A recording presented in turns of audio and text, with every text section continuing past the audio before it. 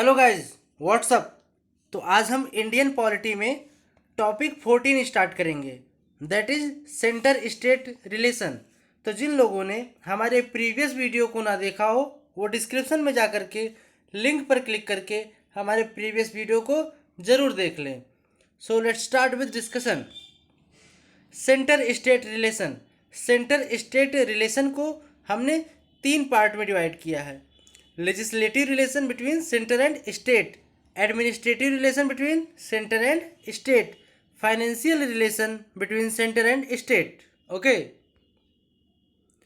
There are 4 aspects of legislative relation. Legislative relation के 4 aspects है, वो हम देख लेते हैं कौन कौन से हैं। First one is territorial extent of central and state legislation, and second one is distribution of legislative subject. Third one is parliamentary legislation in the state field, and fourth one is center's control over the state legislation. Okay, अब कुछ basics point है centre state relation के, वो हम देख लेते हैं। Federal divide all power. Federal का यहाँ पे वर्ड क्यों यूज किया जा रहा है? फेडरल वर्ड यहाँ पे इसलिए यूज किया जा रहा है क्योंकि जो हमारा इंडियन कॉन्स्टिट्यूशन है ये फेडरल स्ट्रक्चर पर है, फेडरल स्ट्रक्चर पर बना हुआ है। ओके, इसे फेडरल भी बोला जाता है।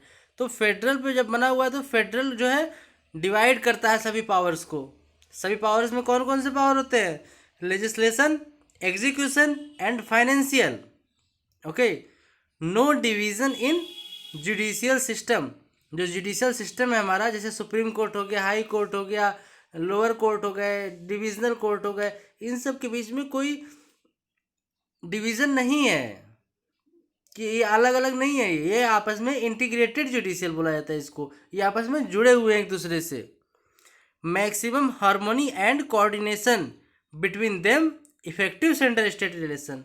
ये हमारा जो जुडिशियल सिस्टम है ये इनके बीच में जो है हार्मोनी एंड कोऑर्डिनेशन ज़्यादा होने की वजह से हमारा जो सेंटर स्टेट रिलेशन है ये इफेक्टिव होता है, काफ़ी अच्छा बनता है। ओके, अब हम फर्स्ट पॉइंट पे आएंगे, लेजिस्लेटिव रिलेशन। जो हमने अभी 4 एस्पेक्ट्स बताए थे, 4 एस्पेक्ट्स लेजिस्लेटिव रिलेशन के। तो first one is legislative relation, article 245 to article 255 part 11। Means हमारे इंडियन कॉन्स्टिट्यूशन में आर्टिकल 245 से लेकर के आर्टिकल 255 तक लेजिस्लेटिव रिलेशन दिए गए हैं, और ये पार्ट 11 में अवेलेबल है, 245 टू 255। ये आप लोग याद रखिएगा। Article 245 is says that territorial extent of central and state legislative. Okay, parliament whole India, means parliament के पास में पावर है कि वो होल इंडिया के लिए लॉज बना सकता है। Okay, and state legislative only for state. जो स्टेट लेजिस्लेशन होता है, स्टेट लेजिस्लेटिव असेंबली जो होती है, ये केवल अपने एक स्टेट के लिए ही लॉ बना सकती है। एग्जाम्पल मैं देता हूँ, जैसे हमारा उत्तर प्रदेश हो गया। अब उत्तर प्रदेश गवर्नमेंट या उत्तर प्रदेश लेजिस्लेटिव असेंबली जो है कोई भी लॉ बनाएगी तो अब वो अपने स्टेट के लिए ही बना सकती है लॉ, या अपने स्टेट के अंडर में किसी एक डिस्ट्रिक्ट के लिए बना सकती है, किसी एक विलेज के लिए बना सकती है, ना कि अदर स्टेट के लिए बनाए। जैसे अब यूपी की बात कर रहा हूँ मैं, तो अब यूपी की गवर्नमेंट, यूपी लेजिस्लेटिव असेंबली जो है ये अपने यूपी के लिए लॉ बना पाएगी, ना कि मध्य प्रदेश के लिए बना पाए, या बिहार के लिए बना पाए, या महाराष्ट्र के लिए बना पाए। ऐसा कोई पावर नहीं दिया गया है, ऐसा पावर केवल पार्लियामेंट के पास में है। Okay, parliament intra territorial legislation, ये तो अभी ऊपर वाले पॉइंट में आपको पता ही चल गया होगा कि पार्लियामेंट जो है किसी भी स्टेट के लिए लॉ बना सकती है, पार्लियामेंट के पास में ऐसा पावर दिया गया है। ओके, कुछ एक्सेप्शन है वो देख लेते हैं हम। पार्लियामेंट जो है किसी भी स्टेट के लिए पावर बना सकती, लॉ बना सकती है, बट एक्सेप्शन क्या है? President can makes rules and regulation for Andaman and Nicobar, Daman and Diu, Dadra and Nagar हवेली। ये जो यूनियन टेरिटरीज हैं, यहाँ के लिए अगर पार्लियामेंट लॉ बनाती है तो प्रेसिडेंट उसमें चेंजेस ला सकते हैं, अमेंडमेंट कर सकते हैं, रिपील कर सकते हैं, रिमूव कर सकते हैं। ऐसा पावर दिया गया है प्रेसिडेंट के पास में। ये यूनियन टेरिटरी आप लोग याद रखिएगा कौन कौन सी है, Andaman and Nicobar, Daman, Dadra and Nagar Haveli, Diu. Okay, after then next aspect is distribution of legislative subject. जो लेजिस्लेटिव सब्जेक्ट है ये मैंने आपको प्रीवियस लेक्चर्स में भी बताया था कि यूनियन लिस्ट है, स्टेट लिस्ट है, कॉन्करेंट लिस्ट है। अब यूनियन लिस्ट में जो है जितने भी मैटर होते हैं वो सेंटर के अंडर में आते हैं, सेंटर के कंट्रोल में भी रहते हैं। ओके, एंड स्टेट लिस्ट में वो मैटर होते हैं जो केवल स्टेट के लिए होते हैं, एंड कॉन्करेंट लिस्ट में वो मैटर होते हैं जो सेंटर एंड स्टेट बोथ दोनों के लिए होते हैं। Okay, in case of deadlock centre prevails. After then residuary power होता है पार्लियामेंट के पास में, पार्लियामेंट कैन लेवी टैक्सेस। जो जो टैक्स लेवी करने का पावर दिया गया है पार्लियामेंट के पास में, ये रेसिड्यूरी पावर है। After then article 244, article 244 is says that in a conflict between state and centre prevails is state law reserved for reconsideration and received this assent, state law prevails. Okay, after then third aspect is parliamentary legislation in the state field. When Rajya Sabha passes resolution on the matter of national interest, parliament make law by 2/3 majority present plus voting validity 1 year.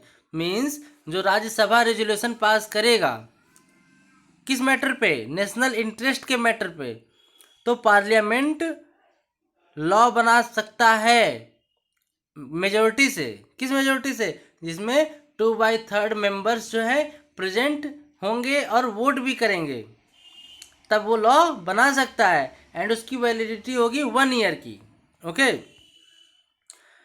During a national emergency. अब national emergency के समय में क्या होगा? और national emergency article 250, जो national emergency का जो लॉ बनाया गया है, जो प्रोविज़न है, ये हमारे कॉन्स्टिट्यूशन में आर्टिकल 250 में लिखा हुआ है, अवेलेबल है।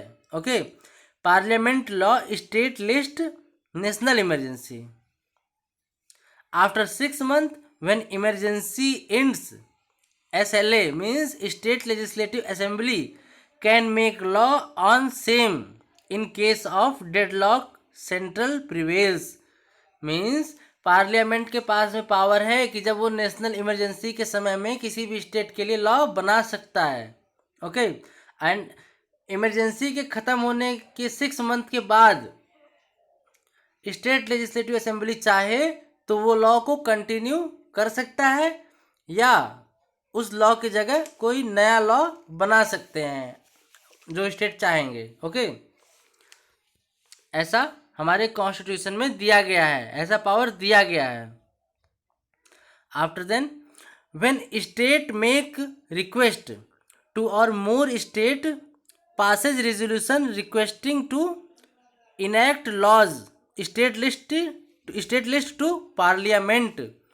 means अगर स्टेट रिक्वेस्ट करेगा पार्लियामेंट से कि हमारे लिए ये प्रॉब्लम हमारे यहाँ हमारे स्टेट में चल रही है, आप इसके लिए कोई लॉ बनाएं, तो पार्लियामेंट उस पर लॉ बनाएगा एंड इनेक्ट करेगा उसको।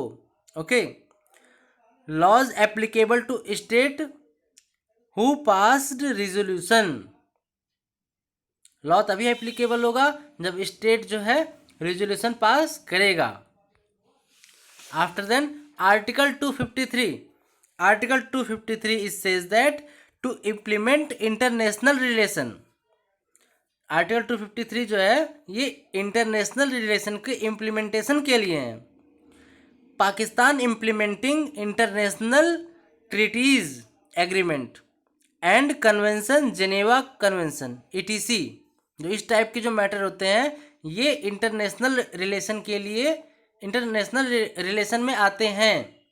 Okay, after then article 350, during president rule for concerned state validity does not expire after emergency means article 350 में ये लिखा हुआ है जो प्रेसिडेंट रूल लगेगा during president rule for concerned state, जिस स्टेट में प्रेसिडेंट रूल लग जाएगा, validity does not expire after emergency, जो लॉ बना देंगे प्रेसिडेंट वो आफ्टर इमरजेंसी एक्सपायर नहीं होगा।